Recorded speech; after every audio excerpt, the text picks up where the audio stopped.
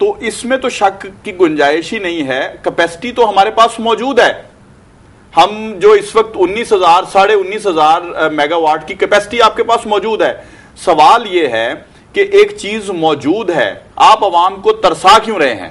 Prime minister صاحب اعلان فرماتے ہیں کہ جی یہ میچ ہو رہا ہے انڈیا پاکستان, لوڈ شیڈنگ جو ہے وہ نہیں ہونی چاہیے. نہیں ہوتی, بجلی آئی, لوگوں نے میچ دیکھا, انجوائے کیا.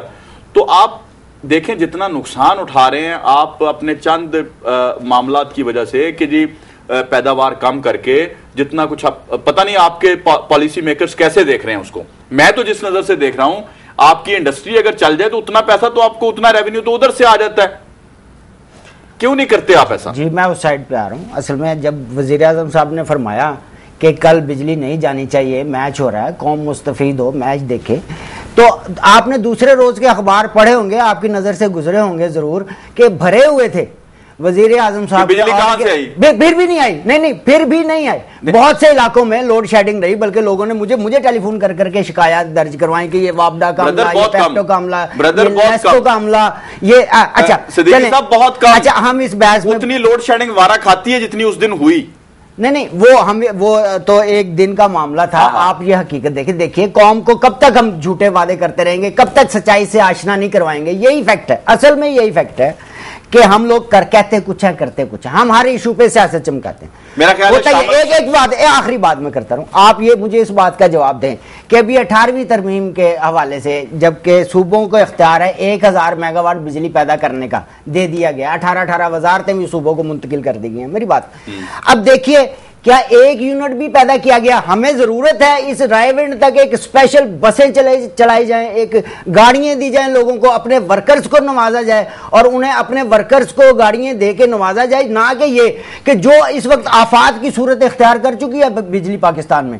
آفت ہے بالکل ٹھیک ہے, اور اس پہ کوئی کارروائی انجام نہیں دے رہا. لیکن یہ ایک چیز یہاں میں وضاحت کر دوں, یہ قدرتی آفت نہیں ہے, یہ پیدا کرتا ہے. جیسا کہ میں نے ابھی 85 سے لے کے آج تک ایک یونٹ بجلی پیدا نہیں کی, یہ خود ساختہ پیدا کرتا ہے. لیکن اس کے متعلق کوئی نہیں سوچ رہا, اس پہ کوئی پلاننگ نہیں ہو رہی, سوائے ٹارگٹ بنانے کے کہ فلاں یہ کر رہا ہے, یہ زرداری صاحب کو لوڈ شیڈنگ ہوگی, زرداری صاحب نے کی ہے. خود کچھ نہیں کرنا, ہاتھ پہ ہاتھ دھرے بیٹھے رہنا, خود بزنس کرنا, اپنے ورکرز کو نوازنا. نہیں, آپ کیپیسٹی کی طرف آ جائیں, وہ بھی مجھے پتا ہے اندر سے تو آپ ملے ہوئے ہیں, اس میں تو کوئی شک نہیں. آپ دیکھیں 20ویں ترمیم بھی آپ کر لیتے ہیں, پھر آپ کو الٹیمیٹم اگر دیتے ہیں 36 گھنٹے کا, آپ 24 گھنٹے میں کچھ حالت بجلی کی بہتر کر لیتے ہیں. آپ خود کیوں نہیں کچھ کر لیتے, کریڈٹ کیوں دیتے ہیں میاں صاحب کو؟ جی آپ ذرا آئینہ شامل ہوئے. چلیں آپ ان سے بات کیجئے. بسم اللہ الرحمن الرحیم. شمسی صاحب, سب سے پہلے تو میں آپ کا اور آپ کے ادارے کا شکر گزار ہوں کہ اس اہم موضوع پر انہوں نے جو بہت آج کل درد سر بنا ہوا ہے, قوم کے لیے عذاب بنا ہوا ہے, لوگ خودکشیاں کر رہے ہیں.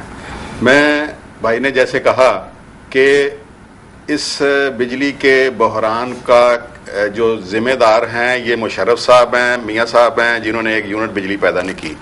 تو کریڈٹ کہتے ہیں دیں کہ محترمہ بے نظیر کو, جنہوں نے اپنے دور میں مہنگے اس ڈیزل سے چلنے والے پروجیکٹس کے بجلی بنا کر اس کے معاہدے کیے, جس کی وجہ سے آج قوم کو کوئی تھوڑی بہت بجلی میسر ہے. اس سے تو پھر بہتر ہے کہ میں اس ڈکٹیٹر کو جس کا نام تھا فیلڈ مارشل محمد ایوب خان, اس کو بہت کریڈٹ دوں گا کہ جس نے تربیلا ڈیم بنایا, جس نے منگلا ڈیم بنایا اور اپنے ملک کے وسائل پر, اس ملک کے پانیوں پر انحصار کیا اور اس کی وجہ سے ایک سستی بجلی اس قوم کو دی.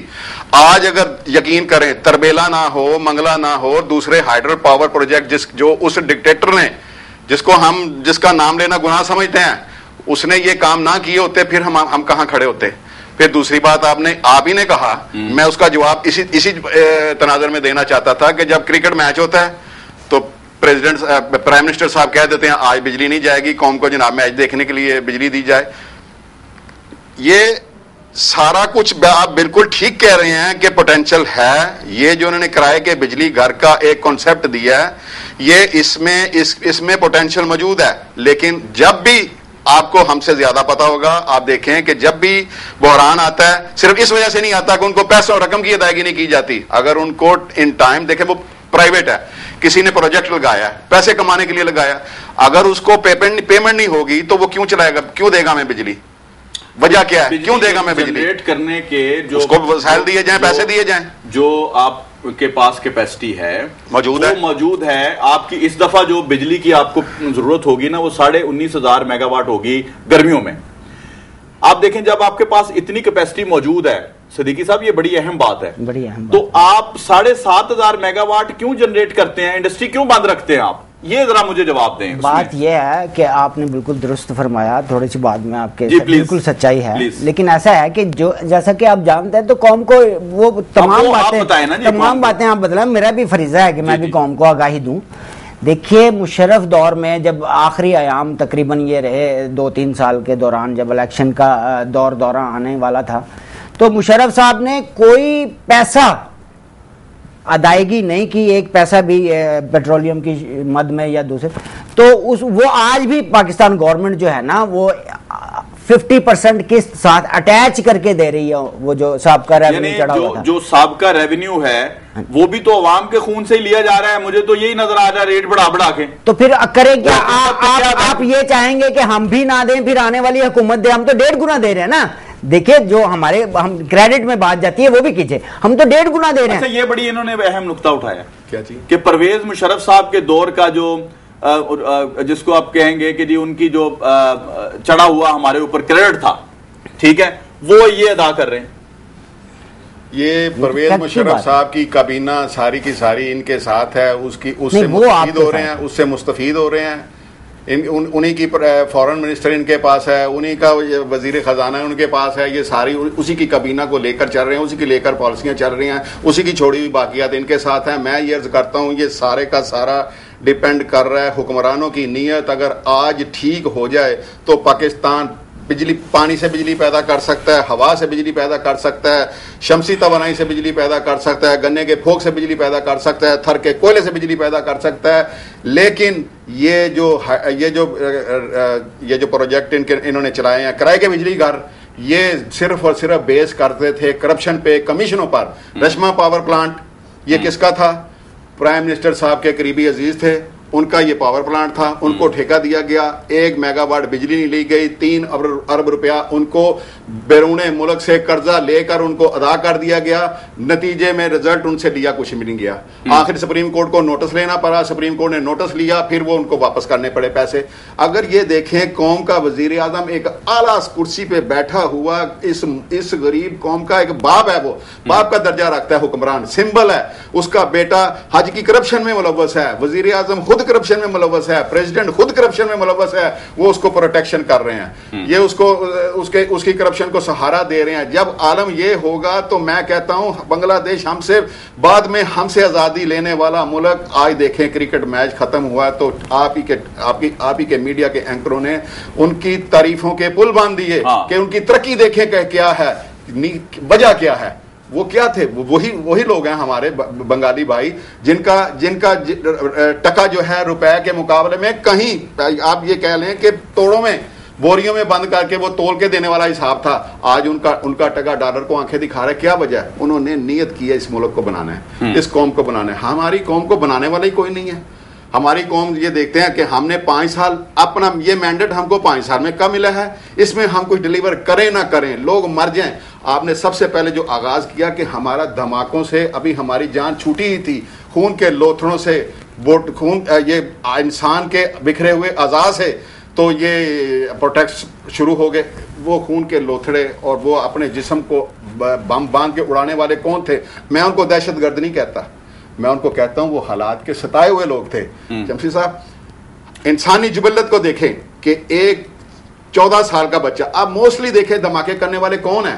14 سال کا بچہ, 13 سال کا بچہ, 15 سال کی عمر کے لوگ. آپ مانتے ہیں آپ ایک نیوٹرل آدمی ہیں, بتائیں مجھے 15 سال کے عمر کی جو عمر ہے, یہ جوانی یہ بچپن ہے. ابھی یہ بندہ جوانی بلوغت جو ہے اس کی طرف جا رہا ہے, قدم رکھ رہا ہے, وہ اپنی زندگی سے پیار کرتا ہے. کون ہے جو بم باندھے گا اور اپنے آپ کو اڑا لے گا؟ کون ہے؟ یہ ستایا ہوا, حالات سے ستایا ہوا, جس کا نہ ماضی ہے, نہ حال ہے, نہ مستقبل ہے. اس کو پتہ ہے ہمارے باپ دادا کیا تھے, آگے ہمارے گھر والے اب جس گھر میں ہم رہ رہے ہیں وہاں کے کیا حالات ہیں, اور آگے ہمارے مستقبل بھی کوئی نہیں ہے. جب مارشل لا آتا ہے تو یہ سیولین یہ جو لوگ ہوتے ہیں سیاستدان, یہ کیوں گھبراتے ہیں؟ کہ جناب یہ سسٹم چلنا چاہیے, اس سسٹم کو بچنا چاہیے. اس سسٹم میں ان کو وڈیرا شاہی ان کی قائم رہتی ہے, ان کی جاگیرداری قائم رہتی ہے, ان کا روب, ان کا علاقوں, ان کی حکمرانی قائم رہتی ہے. یہی صرف ایک ان کے ہاتھ میں ایک تلوار ہے جو یہ لوگوں پہ چلاتے ہیں, حکمرانی کرتے ہیں. یہ ڈیلیور کرنے کے لیے نہیں آتے. اگر یہ ڈیلیور کرنے کے لیے آئیں تو اسمبلی میں سب سے زیادہ کرپٹ لوگ اسمبلی میں بیٹھے ہیں جو 1 روپیہ 1 ٹکا ٹیکس دینے کے لیے روادار نہیں ہے. وہاں پہ ویٹ مافیا بیٹھا ہے, وہاں پہ پولٹری مافیا بیٹھا ہے, وہاں پہ سیمنٹ مافیا بیٹھا ہے. یہ سارے کے سارے لوگ بیٹھے ہیں, انہوں نے قوم کی یہ جو معیشت ہے اس کی گردن کو دبوچ کے رکھا ہوا ہے. یہ لوگ کمائی کرنے کے لیے آئیں گے, خدمت کرنے کے لیے نہیں. لیکن یہاں پہ ایک سوال پیدا ہوتا ہے, صدیقی صاحب ضرور آپ کی باتوں کا جواب دیں گے کیونکہ وہ حکومت میں ہیں, کہ آپ حکومت میں آنے سے پہلے ہی جن لوگوں کا آپ تذکرہ فرما رہے ہیں, جیسے مثال فار ایگزامپل آپ dictator field marshal Ayub Khan صاحب کی آپ نے تعریف کی, ٹھیک ہے, وہ ہم نے دیکھا ان کی جو تصویریں جناب ٹرکوں کے پیچھے کچھ کارنامے تھے, ان کے ایک جنگ تھی, اس کے حوالے سے بھی ان کے کارنامے, ان کی تقریریں سنائی گئیں, فلموں میں بھی ان کی تقریریں سنائی گئیں, ٹھیک ہے. کیا ڈکٹیٹرشپ کو سیاستدانوں سے زیادہ موقع نہیں ملا؟ اور کالا باغ ڈیم جو ہے وہ پرویز مشرف جب آیا ہے, کیا وہ بنا نہیں سکتا تھا؟ جی بنا سکتا تھا. کیوں؟ مطلب میں کہتا ہوں کہ اگر پرویز مشرف کالا باغ ڈیم بنا دیتا تو آج اس کی تصویر گھر گھر میں لٹکی ہوتی. بالکل لٹکی ہوتی. یہاں ایک چھوٹا سا بریک لوں گا اور اس کے بعد اس پہ بات کریں گے. ناظرین ایک چھوٹا سا بریک ہے, ابھی واپس آتے ہیں, ہمارے ساتھ رہیے گا.